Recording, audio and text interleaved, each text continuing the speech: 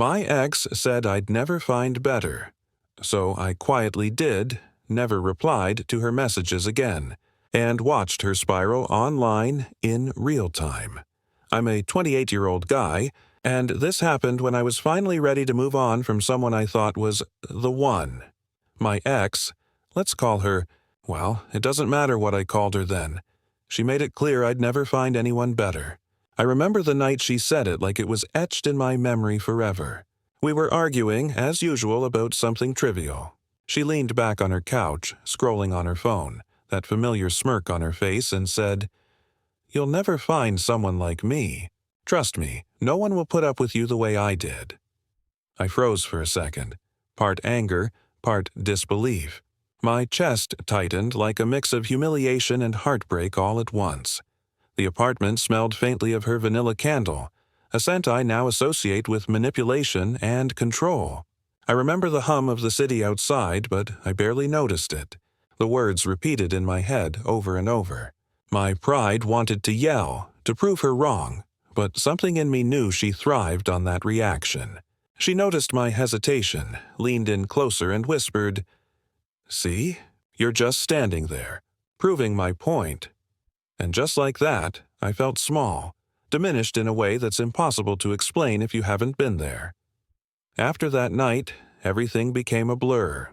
I walked home in silence, feeling the chill of the October air against my skin, my hands shoved deep in my pockets, replaying every memory we had. How did I miss the signs? How did I let someone treat me like I was replaceable? My friends tried to distract me, calling me, inviting me out, but I couldn't shake the ache, and that's when the thoughts started. Maybe she was right. Maybe no one would ever put up with me. Yet beneath the pain, a small stubborn ember of defiance sparked. I didn't know it yet, but that ember would grow, because something inside me whispered, I'd prove her wrong. Quietly, without her knowing. But at that moment, as I walked past streetlights flickering like broken promises, I had no idea how much worse the next few weeks would get. And then, she started posting online. The first time I saw her online after the breakup, it felt like a punch to the gut. She'd posted a picture of herself at some cafe, smiling that same infuriating smile that used to make my chest tighten. The caption was vague, something like, "Some things are just too good to last," and I felt my stomach twist. My phone buzzed constantly, messages from mutual friends forwarding her stories, tagging me in memes that seemed deliberately pointed. Each notification made my heart race, half from curiosity, half from the sting of humiliation. I wanted to scroll past, pretend I didn't care, but my thumb hovered, trembling slightly. I remember the smell of my apartment that night, burning popcorn from a failed attempt at making dinner, the faint scent of coffee lingering from earlier, but nothing could drown out the buzzing anxiety in my chest. I paced from window to window, watching the city lights flicker, trying to convince myself it didn't matter. "Ignore it," I muttered, talking to no one. But every post, every story, every subtle flex online felt like a jab directly at me. Her words from that night replayed, "You'll never find anyone better." Then came the messages.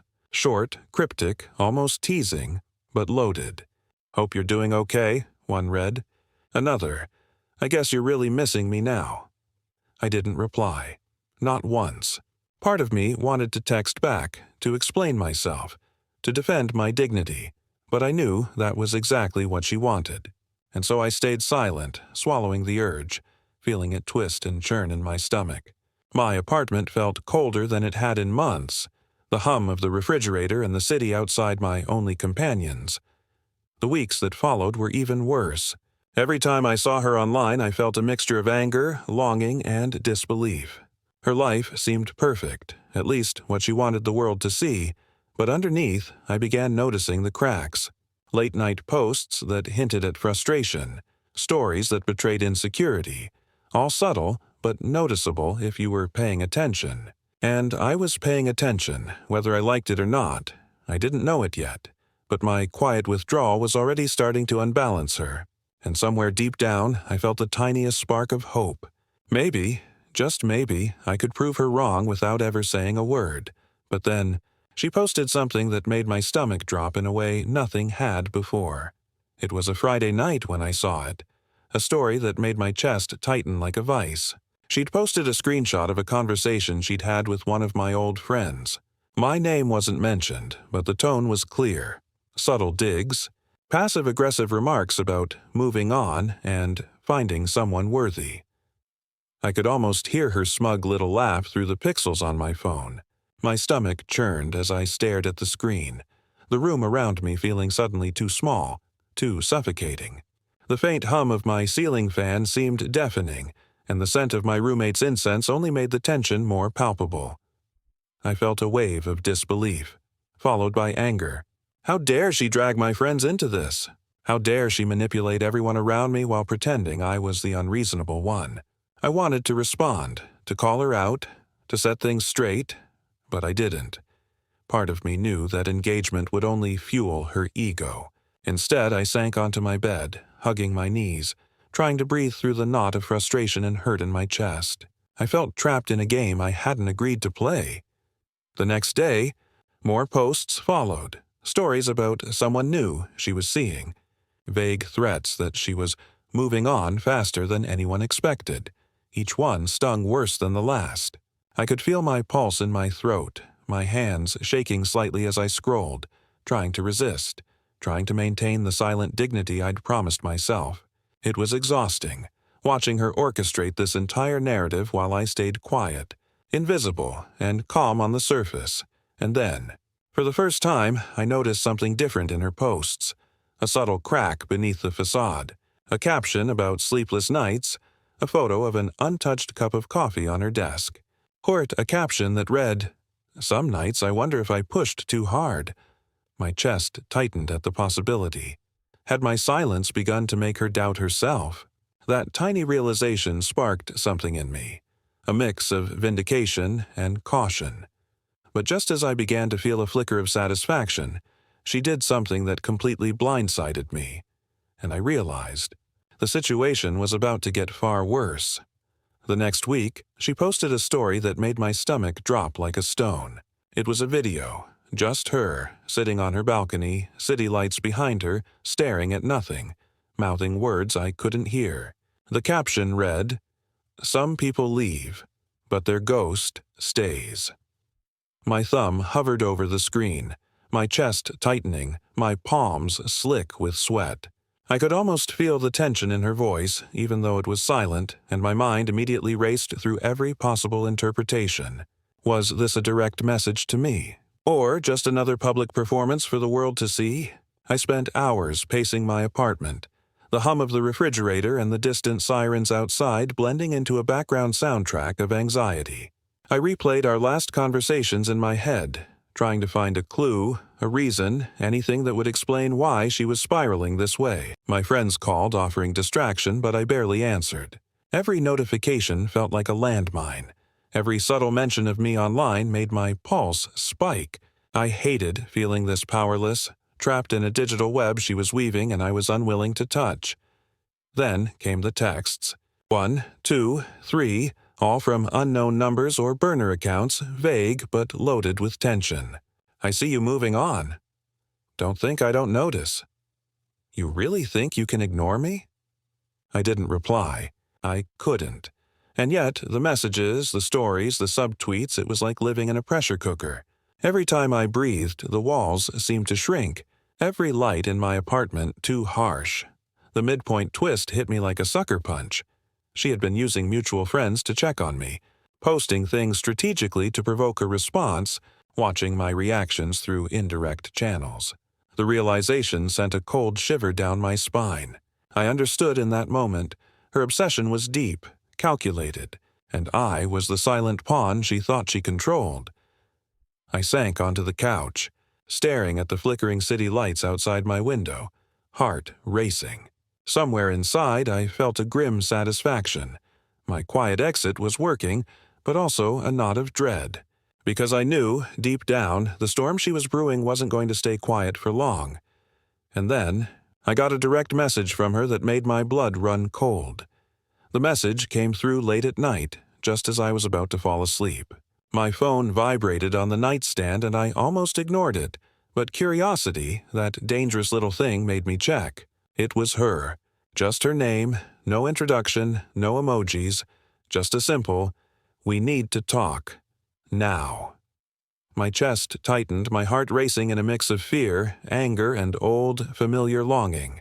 I could feel the chill of my apartment's air conditioning against my skin, yet it couldn't cool the heat rising in my stomach. I sat on the edge of my bed, staring at the message like it was a riddle I had to solve.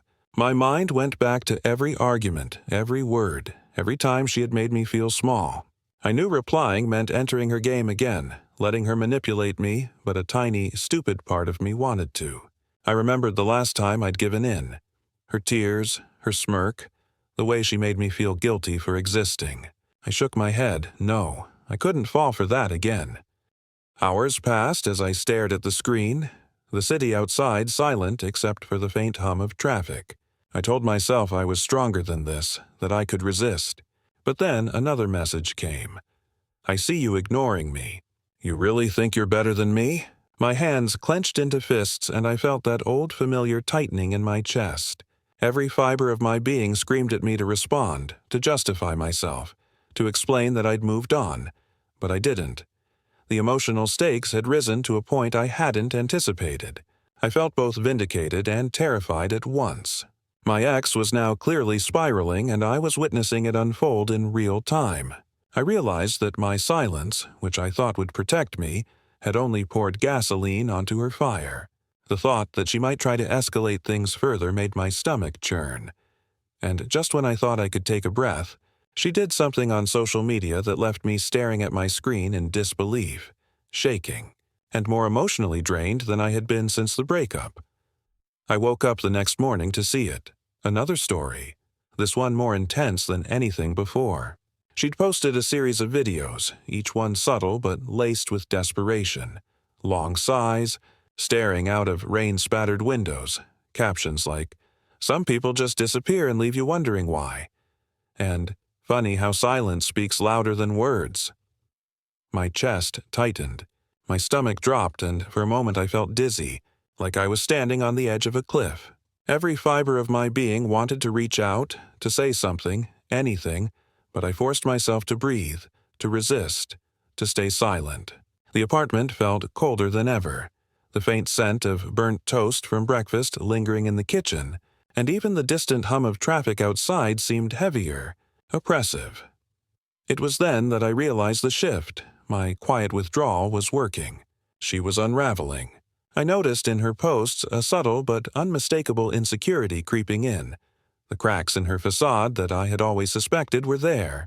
The realization brought a mix of vindication and unease. Part of me wanted to feel triumphant, but another part whispered, this was dangerous. Watching someone spiral like that, even someone who had hurt you, was emotionally exhausting, almost sickening. I tried to focus on myself. I started going out more, reconnecting with friends, picking up hobbies I'd abandoned, and even flirting with the idea of dating again. There was a strange satisfaction in seeing her still monitor my life without knowing I was thriving. My confidence, once so fragile, began to rebuild itself quietly, invisibly, like a fire smoldering under ashes. But the midpoint twist hit me like a shockwave. One of my close friends texted me, "I don't know how to say this, but she's spreading stories about you. Lies. About who you are. People are starting to believe her." My blood ran cold. It was the first time I realized her obsession wasn't just emotional. It was public, calculated, and could affect my life in ways I hadn't anticipated. I sank onto my couch, staring at the ceiling, feeling the weight of everything pressing down. I knew my next moves mattered more than ever, but I didn't yet know how badly she could escalate before I regained full control. And then I saw the post that made my heart sink completely. It was worse than I could have imagined. I scrolled through social media and saw it. A post she had made painting me as the villain in our breakup. She wrote about how some people are incapable of love and how easy it is to be replaced, tagging mutual friends subtly, making sure the gossip would spread. My chest tightened so much I thought I might collapse, my hands trembling as I gripped my phone like it was both a weapon and a trigger. The apartment felt suffocating, the faint smell of leftover coffee doing nothing to calm the storm inside me. Every notification buzzed like a warning siren, each one amplifying the sinking feeling in my gut. I wanted to respond. I wanted to defend myself, to tell the truth, to prove she was lying, but something inside me held me back. Part of me understood that engaging would only give her more fuel, more control. I paced the room, the wooden floor creaking under each step, and I could feel my heartbeat in my ears. The betrayal stung in a way I hadn't anticipated. She wasn't just hurting me emotionally anymore. She was trying to manipulate everyone around me to believe her narrative. Friends started texting, hesitant at first, asking if I was okay. Some had seen her stories, some had been forwarded posts. I felt exposed, vulnerable, and yet strangely aware of my own resilience. I realized that for the first time, I wasn't reacting with anger or sadness. I was analyzing, calculating, preparing. That ember inside me, the one that had flickered since the first night she said I'd never find better, was beginning to burn steadily.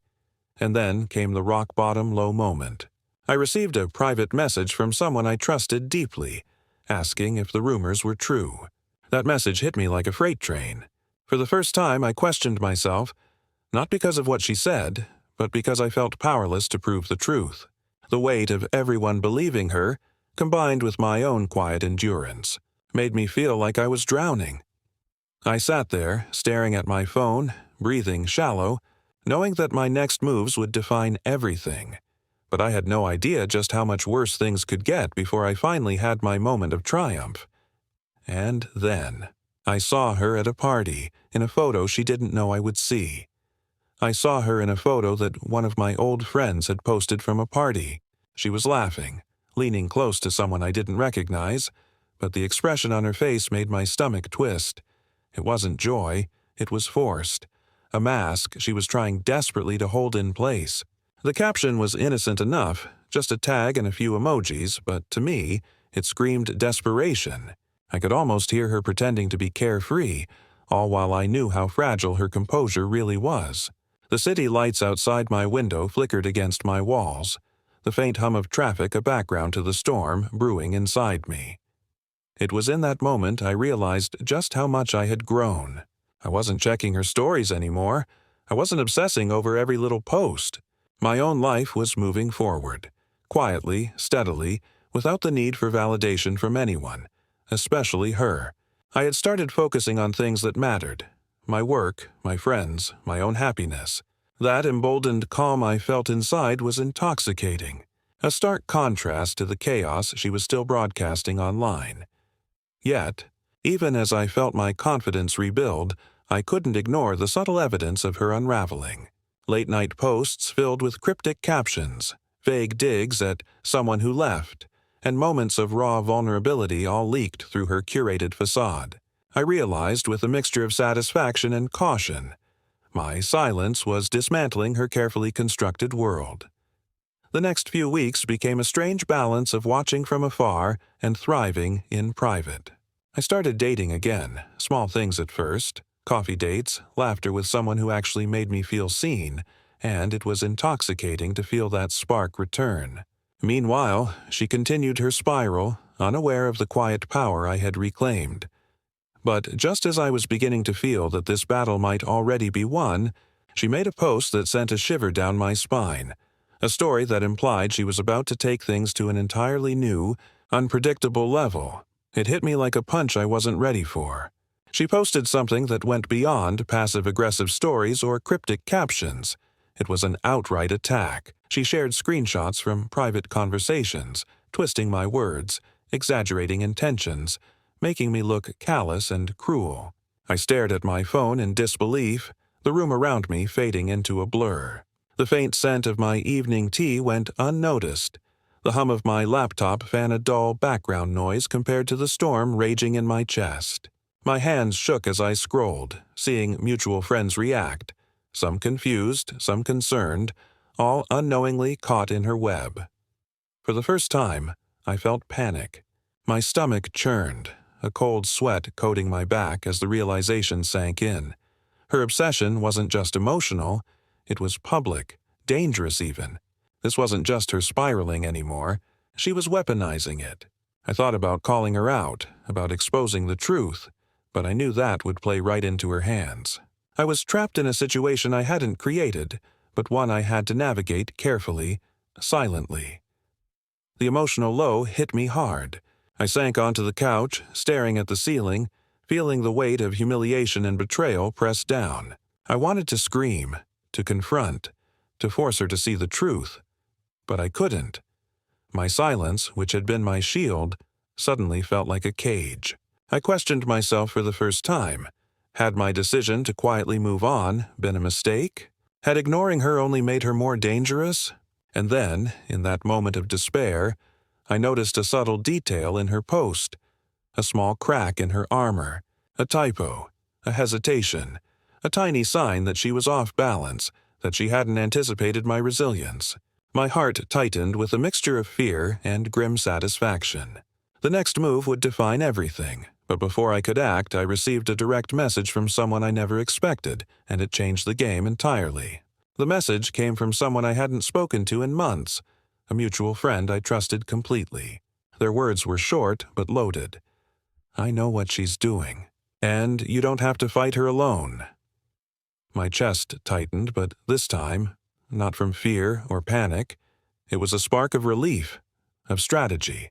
Finally, I realized I wasn't completely powerless. I wasn't just watching her spiral anymore. I had allies, support, and the knowledge that I could reclaim my life without feeding into her chaos. The apartment felt a little warmer that night, the hum of the street below like a rhythm of possibility. While I sat on my bed, phone in hand, heart racing with both caution and anticipation, I started making small moves, quiet ones. I reinforced my boundaries, kept my social media carefully curated, and began documenting everything she did. Every post, every message, every indirect attempt to involve friends or mutual acquaintances, I noted it, silently, patiently. Meanwhile, I focused on my own growth, picking up new hobbies, spending more time with people who truly mattered, and even exploring new romantic possibilities. Each day, I felt stronger, more confident, more untouchable. She, of course, continued her spiral, unaware of my quiet preparations. The cracks in her persona grew wider with every post, every desperate story, every subtle jab at me online. Her obsession with my life was becoming painfully obvious, and the thrill I felt watching her unravel without ever engaging directly was intoxicating. I didn't need to prove anything with words. My actions, my calm, my thriving existence were doing it for me. And then came the moment that sealed the shift. I saw her try to provoke someone close to me publicly, a move meant to destabilize me, and it backfired spectacularly.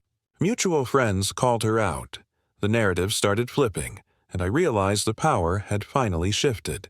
My patience, silence, and resilience had created a situation she couldn't control.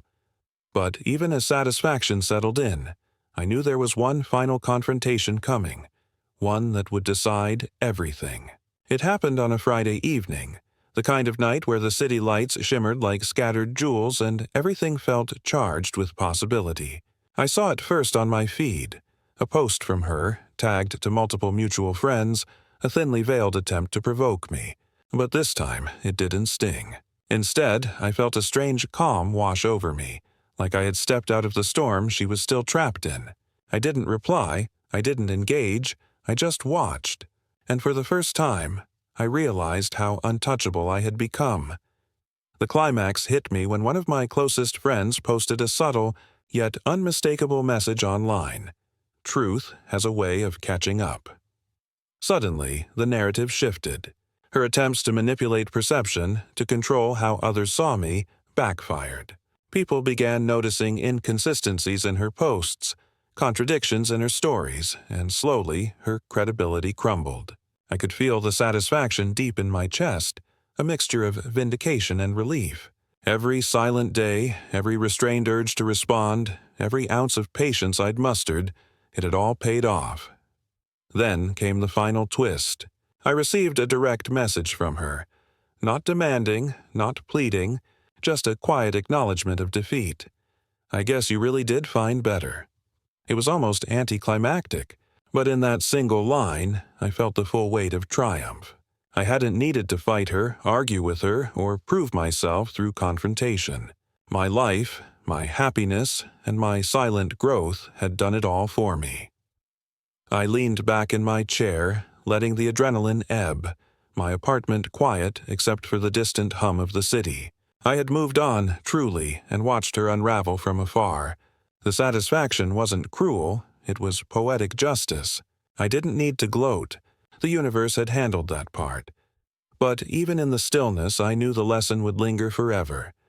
Some battles are won not with words, but with quiet resilience. And she would remember that, whether she admitted it or not. Sitting in my apartment that night, I finally let myself breathe. The tension that had haunted me for months, the anxiety, the panic, the obsessive checking of her posts, was gone. I thought back to the first night she told me I'd never find better, the sting of those words still sharp in my memory. But now, in the quiet aftermath, I felt something I hadn't felt in a long time. Freedom. I didn't need her validation, her approval, or even her acknowledgement. I had built my life quietly, steadily, and it thrived. I reflected on the lessons this chapter of my life had taught me. Silence could be powerful. Patience could be stronger than confrontation. Personal growth could speak louder than words. I had reclaimed not just my peace, but my dignity. Every manipulation, every attempt to provoke me, every twisted post she made online, it had all fed the fire that eventually turned into my strength. I realized that her spiral was never about me. It was about her inability to cope with losing control, and in that I found true closure. Looking back, I also felt empathy. I knew the spiral she had gone through, though painful to witness, was a reflection of her own insecurities, not a reflection of my worth. That perspective, strangely, made the victory feel complete, not hollow. I had won without stooping, without losing myself, and that was the sweetest justice of all. Now, when I see her online, I no longer feel the need to check, to comment, or to defend myself. I scroll past, smile quietly to myself, and continue building my life. The satisfaction isn't loud. It doesn't need to be. It's in the peace, the growth, and the knowledge that I became someone stronger than she could ever break. And as I closed my phone that night, letting the city hum softly outside my window, I knew the chapter was finally over, and I had emerged victorious.